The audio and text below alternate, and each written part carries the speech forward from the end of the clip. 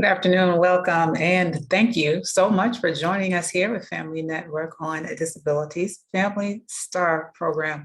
My name is Latasha Bird. I'll be your facilitator today, and you're here for Let's Talk About It. This is one of our newer initiatives that, excuse me, we've done to target fathers. So today we're going to talk about something a little bit different. Let's talk about it. These are going to be services and resources for fathers of those loved ones who have disabilities. Navigating the process, it doesn't have to be difficult. So today with our Family Star program, which stands for Support, Training, Assistance, and Resources, we are the Family to Family Health Information Center for the state of Florida.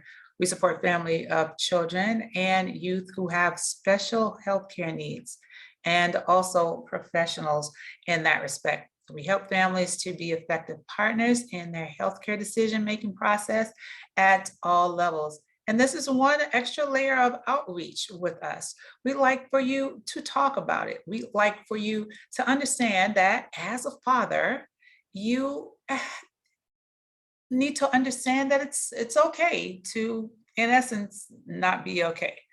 Should you need support, should you need to talk about those feelings that you might have, you need to go to therapy or just find a space to be vulnerable in, you need to know that it's okay to not even be okay. Even if you have to break down or cry for someone, it makes you no less of a father or no less of a person, even no less of a man, to be able to ask for help.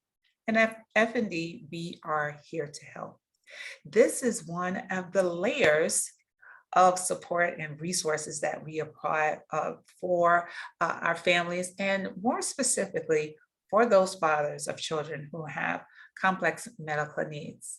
Today, we will discuss the McKinney-Vento Act. Maybe you have heard of McKinney-Vento, maybe not. Today, we'll talk about some of those educational barriers that may be set in place for children who have disabilities. So today, we will discuss the act and all that it entails.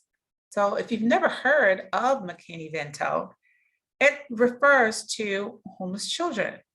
So many homeless children and youth have disabilities that create additional challenges in that educational process. So today's webinar will talk about all of those different types of aspects that will go into schooling for children who have experiences with homelessness. So today's subject matter might be a little bit different from what we have previously talked about, and we want you to feel comfortable. Should you need any support in any instance, please reach out to us. Find out what those questions are that you would need answered, and we can provide those resources and support for you in that respect. So today's webinar, we'll talk about what McKinney-Vento is and all those challenges that your loved ones may have in accessing and succeeding in school. We'll also talk about help for children with disabilities. When schools and those families work together, student learning and outcomes improve. And finally, we'll talk about how, as a parent, you can play an active and participatory role with assistance and services that are available. So without further ado, let's go ahead and talk about McKinney-Vento, the McKinney-Vento Act, and how it impacts students with disabilities. We want to say again, thank you and welcome. We're glad that you took the time to find out a little bit more information about a topic you may not previously have known much about. We here at the Family Network on Disabilities are a 501c3 nonprofit for the state of Florida. We are what is called a PTI, that stands for Parent Training and Information. We're family-driven and family-centered. Now, one of the things that makes us unique is that we bring a learned experience. We bring those shared experiences. And this is one of the ways that we are able to foster all of those great connections and help families to understand that we do understand because we've lived those experiences. So we'd like for you to take a minute, sit back, and learn a little bit about the instance, the workshop that we are going to bring to you today, understanding what McKinney-Vento is and how it impacts those families for those loved ones who have disabilities.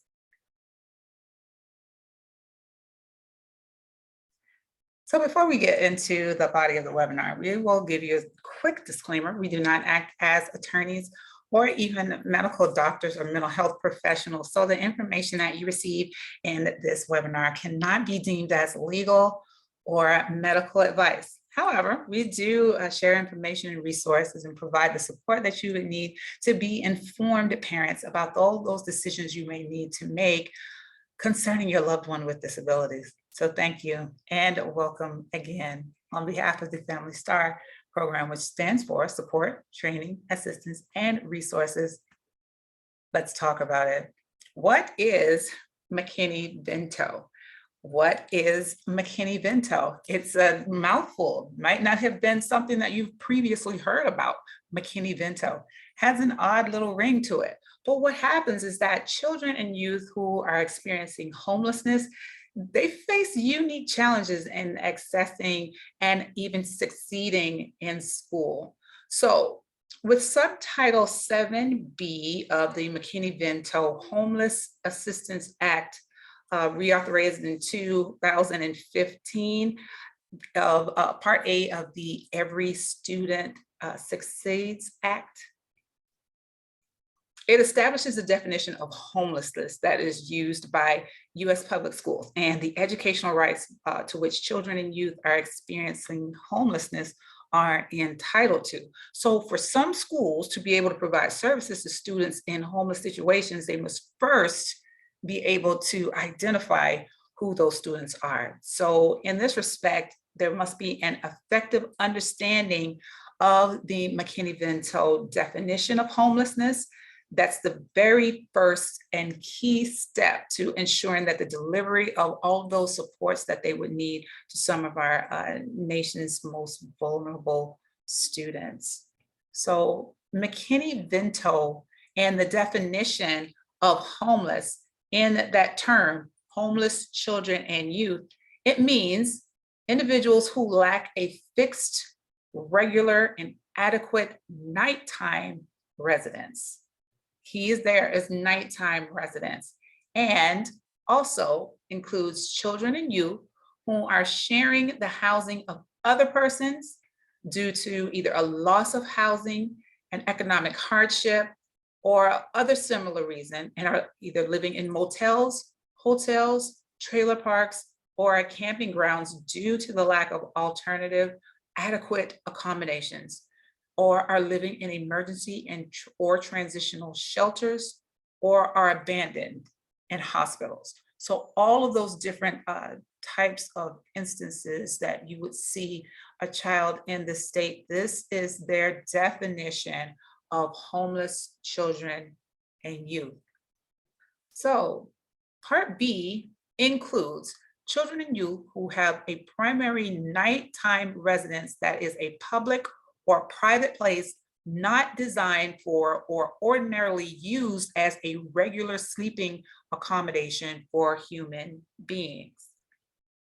And also children and youth who are living in cars, parks, public spaces, abandoned buildings, substandard housing, bus or train stations or similar settings, and also migratory children living in circumstances that are described on the slides that we had previously.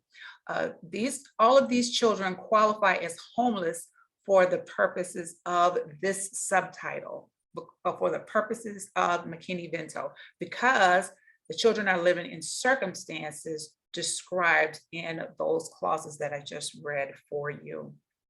So while unaccompanied students are not referenced specifically in the McKinney-Vento definition of homeless, unaccompanied children and youth whose living arrangements meet that McKinney-Vento definition of homeless are eligible for services under the Act. So the term unaccompanied youth is defined in the Act as a homeless child or youth not in the physical custody of a parent or guardian. So I'll make that a clear distinction that unaccompanied youth is defined as a homeless child or youth not in the typical physical custody of a parent or guardian, excuse me. So if you would like to have more information about serving unaccompanied youth under McKinney-Vento Act, please let us know. We can send a link for you as described through McKinney-Vento so you can have a better understanding of what that definition looks like. And actually, we can put that in the chats if you are watching us for live. So let us know and we can provide that information for you.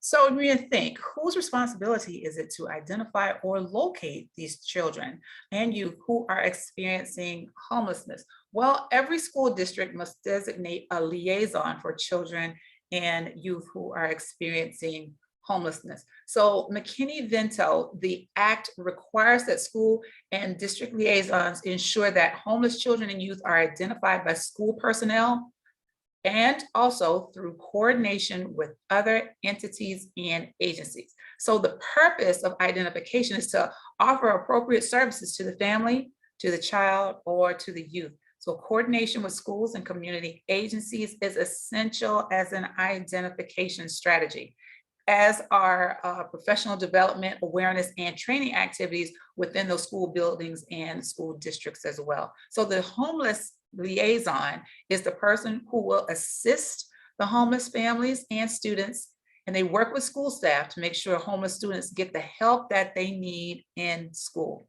The school secretary will give you information on how to contact any of these people. So remember, you cannot receive the services if you are not at first identified, remembering what that definition of homeless looks like, and even those unaccompanied children and youth as well. The responsibility within the school and the school homeless liaison will help to identify and locate these children who are experiencing homelessness. Now, here you are just some fast facts to share about homeless programs here in the state of Florida. So here are a few fast facts. The total number of local education agencies, here out we'll say an LEA, stands for local education agencies. So in this full state here in Florida are 77. The number of LEAs who receive McKinney-Vento subgrants are 52. The total students enrolled in LEAs are 2.8 million. Now, the percentage of that of enrolled students who are homeless are 3.4%. A percentage of all people in the state who are below the poverty level would be 19.3%.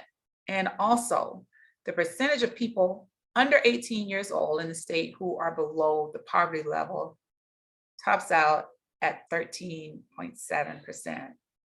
So with those facts that you had, let's talk about the percentages and actual raw numbers for homeless children.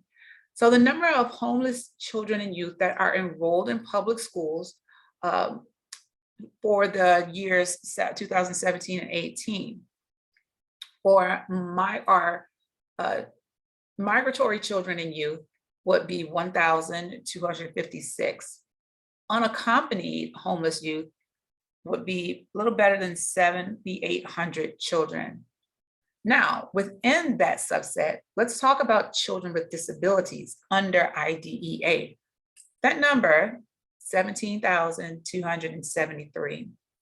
And those who have children who have limited English proficiency, those students who experience homelessness top out at 9,595. So just to note, these subgroups are not mutually exclusive, and it's possible for homeless students to be counted in more than one subgroup. But this is one of the ways we wanted you to understand what this subgroup and what these sets of children look like as they would occur in the full population. So according to the National Center for Homeless Education, there were 17,000 plus homeless students with disabilities in the school year 2017 to 2018. So there is help for homeless children with disabilities. And if you and your family want to stress this, if you and your family are experiencing homelessness, you may be struggling to enroll and keep your children in school. And if you have a child with a disability, you have even more challenges to make sure your child receives the help that they would need. So here are some concerns that we hear from parents that they often have concerning their children with disabilities. Not knowing who to talk to about their child's needs, or not knowing if their child's problems in school are caused by the disability itself or by the stress that accompanies being homeless, or not being sure how to help your child adjust to a new school after moving to a temporary living situation, or even not being able to arrange time and transportation for parent-teacher conferences or any other types of meetings that you may have at the school, and also not understanding the process for getting special education and related services for their children. So these are all the things that you want to consider with school help for homeless children who have disabilities. There are laws that help homeless children with youth who have disabilities. Here we are discussing today McKinney-Vento and the act that accompanies it. Also the Individuals with Disabilities Education Act, or IDEA, and the specific part of IDEA that we will emphasize is Part B. So the McKinney-Vento Act and students with disabilities, it guarantees access to education and educational support for any child or youth who lacks a fixed, regular, and adequate nighttime residence as defined in the McKinney-Vento definition of homeless, for who would be eligible for services under McKinney-Vento Act. It gives homeless children and youth the right to enroll in school immediately, even if they do not have the documents that are usually required for enrollment. It also allows them to attend classes and to participate in all school activities, even if they do not have school supplies or even school uniforms. And it also allows them to continue in their school when their family moves to a new location, to the extent that's feasible, if it's in their best interest, and to receive transportation to their school. Now let's talk about IDEA, the Individuals with Disabilities Education Act, more specifically Part B. Now within Part B, it guarantees rights and services for children and youth with special needs at no cost to the parents. It also requires that schools evaluate children who may have a disability, and if they're found eligible, they developed an IEP, which is an individualized education plan with special services to meet each child's needs. And it also requires schools to provide special education. Now, this definition of special education means teaching and classroom services that are designed especially to help a student with a disability, and also related services. And those are other kinds of extra help, which can include transportation, speech therapy, mental health counseling, physical therapy, health services, psychological services, parent counseling, parent training, and even social work services. And it also requires that a school where a child transfers continues that special education evaluation that was begun at another school within a specific time frame or it provides services immediately for a child who has an IEP. So these are all the things that you want to think about under Part B of IDEA. Let's talk about the parent's role in educational decisions. It's important. It's very, very important that you become an active partner in making those decisions to help your child in school. And when your child is having difficulties, discuss those problems with this teacher, with the school counselor, or even that school social worker, or even the principal, whoever you feel most comfortable speaking with. They are there to do whatever it takes for your child to be successful. And that includes assisting with or setting up special education services when they are needed. So whatever your situation is, and if you are in a homeless situation, even though it may pose these challenges for you to participate, we want to feel welcome to. Schools should welcome you and value you as a parent and work with you to ensure that you are involved in spite of whatever your living situation looks like. And in addition, parent training and information centers, such as us here with Family Network on Disabilities, are available to assist you. Understand the process of special education and related services, and also what it looks like for your family and how you are caring for your loved one with a disability. One of FND's models is that we are here to help, and we certainly want you to feel comfortable enough to come to us should you need assistance with any of those aspects of your child's education, help with special education and related services, and also for your child's medical health concerns if you have a child that has complex medical needs. At FND, we are here to help. We definitely hope that you have learned something about McKinney-Vento today. And should you need any further information, please contact us. We are here to help you. And we will post an evaluation for you at a later time. Your feedback is very important to us. We want to provide you with the resources and information that you would need to support your student in their special education learning process. Please help us to help you. Fill out an evaluation and let us know the information that you would like to see in future workshops. Now with that, we want to say thank you on behalf of all three of our regional PTIs, and more specifically, the Family Star program for families of children who have complex medical needs under the Family Network on Disabilities umbrella. We invite you to visit our website at www.fndusa.org, and also across our social media channels, all three regional PTIs and Family Star on Facebook, as well as our group pages in English and Spanish, as well as Instagram and Twitter. Please be social. Join us and absorb the content that we have for you. And with that, we want to say thank you. Remember, should you need more information, please contact us at the Family Network on Disabilities at 1-800-825-5736. Again, that number is 1-800-825-5736. And with that, we want to say thank you again. Let's talk about it. Please join us for this series and chat about those different types of experiences and different types of acts, and also all of those things that you may not previously have known about the special education and related service process, and for those medical concerns for your loved ones who have disabilities. We want you to know that it's okay to not be okay. And should you need us for anything, please reach out to the Family Network on Disabilities and the Family Star program for those families who care for loved ones with complex medical needs. My name is Latasha Bird. Thank you so much, and we'll talk to you soon. Bye-bye.